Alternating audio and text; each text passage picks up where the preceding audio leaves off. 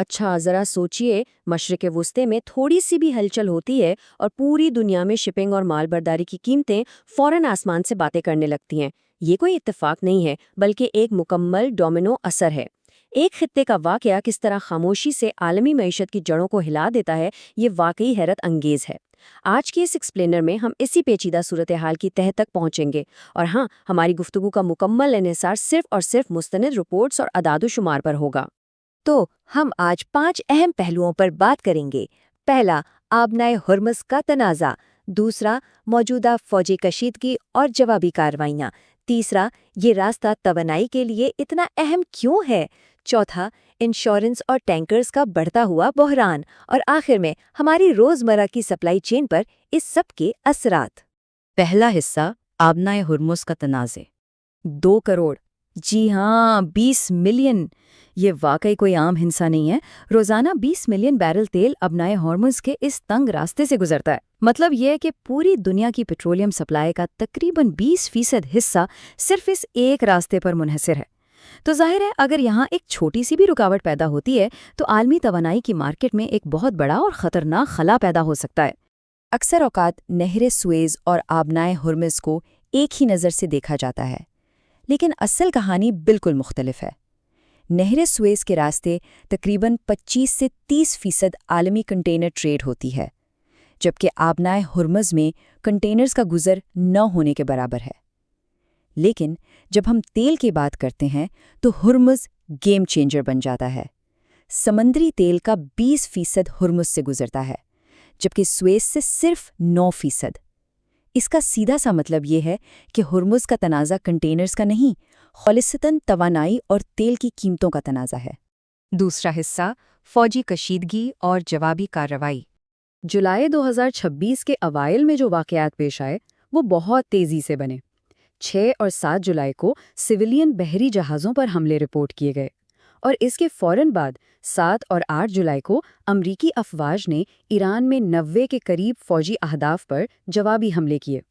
بات یہیں ختم نہیں ہوئی، بلکہ 9 جولائی کو جوہری پالیسی تبدیل کرنے کی دھمکیاں بھی سامنے آ گئی۔ اتنی تیزی سے بڑھتے ہوئے اس تنازع نے خطے میں اسٹریٹجک خطرات کو عروج پر پہنچا دیا۔ خیر، یہ کارروائیاں صرف ایک بارڈر تک محدود نہیں رہیں۔ جوابی حملوں کے دوران بحرین، کویت اور یہاں تک کہ اردن میں بھی میزائل اور ڈرون حملے کیے گئے۔ حالانکہ انہیں راستے میں ہی ناکام بنا دیا گیا تھا، لیکن اس سے ایک بات بالکل واضح ہو جاتی ہے کہ آبنائے ہرمز پر کنٹرول کی یہ کشمکش صرف 2 فریقین تک محدود نہیں رہی، بلکہ یہ پورے خلیجی خطے کی سیکیورٹی اور استحکام کو اپنی لپیٹ میں لے رہی ہے۔ تیسرا حصہ، عالمی توانائی کا اہم راستہ۔ اب یہاں یہ سمجھنا ضروری ہے کہ آخر یہ سب ہو کیوں رہا ہے۔ اس کے پیچھے ایک حکمت عملی ہے جسے اسٹریٹجک راستوں کا استعمال یا اسٹریٹجک چوک پوائنٹ لیوریج کہا جاتا ہے۔ سادہ الفاظ میں اس کا مطلب یہ ہے کہ کسی اہم سمندری راستے کو بند کرنے کی دھمکی کو بطور ہتھیار استعمال کرنا۔ اس کا مقصد صرف فوجی طاقت دکھانا نہیں ہوتا، بلکہ اس کے ذریعے دنیا بھر کی معیشت پر دباؤ ڈالا جاتا ہے، عالمی تجارت میں خلل ڈالا جاتا ہے اور مخالف کو پیچھے ہٹنے پر مجبور کیا جاتا ہے۔ اور اس خلل کا اثر اتنا سنگین ہوتا ہے کہ ممالک کو اپنی مقامی پالیسیاں تک بدلنی پڑ جاتی ہیں۔ مثال کے طور پر امریکہ کو 18 مارچ کو اپنا جونز ایکٹ 60 دنوں کے لیے معطل کرنا پڑا تاکہ غیر ملکی جہاز بھی امریکی بندرگاہوں کے درمیان ایندھن لا اور لے جا سکیں۔ کیوں؟ کیونکہ عالمی سطح پر تیل کی ترسیل میں اتنا بڑا خلل آ چکا تھا کہ نقل و حمل کے بڑھتے اخراجات کو کنٹرول کرنے کے لیے اس طرح کے ہنگامی اقدامات اٹھانا ناگزیر ہو گیا تھا۔ چوتھا حصہ، انشورنس اور ٹینکرز کا بحران۔ اب ذرا اس صورتحال کے ایک اور پہلو پر غور کریں۔ 150 سے زیادہ، یہ ان آئل ٹینکرز کی تعداد ہے جو سیکیورٹی کے شدید خطرات کے باعث اس وقت آبنائے کے آس پاس پھنسے ہوئے ہیں یا رکنے پر مجبور ہیں۔ یہ ایک طرح سے بہت بڑا فزیکل بوٹل نیک بن چکا ہے۔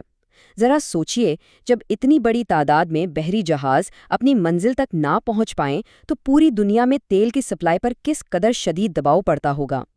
اور جب خطرہ بڑھتا ہے تو اس کا سیدھا اثر پیسے پر پڑتا ہے۔ جہاز مالکان کے لیے مالیاتی خطرات آسمان کو چھو رہی ہیں۔ ماضی میں اس علاقے کے لیے وار رسک انشورنس جہاز کی مالیت کا بمشکل 0.25% ہوا کرتی تھی، لیکن اب اب انشورنس پریمیم میں 50 سے 100% اور بعض صورتوں میں اس سے بھی زیادہ کا اضافہ ہو چکا ہے۔ پرانی پالیسیاں منسوخ ہو رہی ہیں اور نئے بے حد مہنگے ریٹس لاگو کیے جا رہے ہیں، جس کی وجہ سے فریٹ ریٹس برسوں کی بلند ترین سطح پر پہنچ گئے ہیں۔ 5واں اور آخری حصہ، سپلائی چین پر اثرات۔ اب دیکھتے ہیں کہ توانائی کی یہ مہنگائی عام لاجسٹکس تک کیسے پہنچتی ہے۔ کسی بھی طرح کی ٹرانسپورٹ ہو، ایندھن اس کا سب سے بڑا خرچہ ہوتا ہے۔ ٹرکنگ کو دیکھیں تو کل اخراجات کا 25 سے 35% صرف ایندھن ہے۔ سمندری جہازوں میں یہ خرچ 20 سے 30% ہے، اور ہوائی کارگو میں تو یہ 30 سے 40% تک چلا جاتا ہے۔ تو جب تیل مہنگا ہوتا ہے تو ظاہر ہے کمپنیاں یہ بوجھ اپنے پاس تو نہیں رکھتی، وہ اسے فیول سرچارجز کے ذریعے براہ راست آگے ٹرانسفر کر دیتی ہیں، جس سے ہر چیز مہنگی ہو جاتی ہے۔ یہاں ایک عام غلط فہمی کو دور کرنا بہت ضروری ہے۔ اکثر یہ سمجھا جاتا ہے کہ جہازوں کی آمد و رفت بالکل رک جائے گی، لیکن ایسا نہیں ہے۔ براہ راست راستے بند ہونے کے خطرات کم ہیں۔ اصل خطرہ جس چیز کا ہے وہ ہے بال واسطہ خطرات، مطلب جہاز تو چلتے رہیں گے لیکن سامان بھیجنے کی لاگت میں جو افراط زر یا مہنگائی آئے گی وہ کمر توڑ دے گی۔ یہ خراجات کا بے تحاشا بڑھ جانا ہی دراصل سروس رکنے سے زیادہ خطرناک ثابت ہوتا ہے۔ اس مہنگائی کا عملی اثر انڈسٹریل سپلائی چین پر بہت گہرا ہوتا ہے۔ مثال کے طور پر خلیج فارس پیٹروکیمیکل اور پلاسٹک کا بہت بڑا ایکسپورٹر ہے۔ جب یہ ایکسپورٹس محدود ہوتی ہیں تو دنیا بھر کے مینوفیکچررز کو خام مال بہت دیر سے ملتا ہے۔ اس مجبوری میں انہیں نئے اور متبادل سپلائرز ڈھونڈنے پڑتے ہیں، اور ان سب عوامل کی وجہ سے ٹرانسپورٹ اور ویئر ہاؤسنگ کی ڈیمانڈ اچانک اتنی بڑھ جاتی ہے کہ جسٹ ان ٹائم ماڈل پر چلنے والی کمپنیوں کا پورا سسٹم ہل جاتا ہے۔ دراصل ٹروسٹ بینک کی مالیاتی رپورٹ اس ساری صورتحال کا بالکل صحیح خلاصہ پیش کرتی ہے۔ ان کے مطابق اگر تناؤ اسی طرح برقرار رہتا ہے تو ایسا نہیں ہوگا کہ عالمی تجارت رک جائے گی، بلکہ ہوگا یہ کہ ایندھن کی وجہ سے اخراجات میں اتنی زیادہ مہنگائی ہو جائے گی کہ لاجسٹکس کا سارا بجٹ ہی آؤٹ ہو جائے گا۔ یہ ایک انتہائی غیر جانبدارانہ لیکن چشم کشا حقیقت ہے۔ ان تمام حقائق کو دیکھنے کے بعد ذہن میں ایک بہت ہی اہم اور پریشان کن سوال ابھرتا ہے۔